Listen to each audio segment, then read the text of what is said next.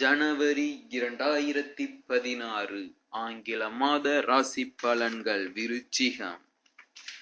இந்த மாதத்தில் தனுசு ராசியில் சூரியனும், துலாம் ராசியில் செவ்வாயும், மகர ராசியில் புதனும், விருச்சிக ராசியில் சுக்கிரனும் உலவுவதால் இந்த மாதம் சின்ன விஷயத்துக்கு கூட கோபம் வரலாம்.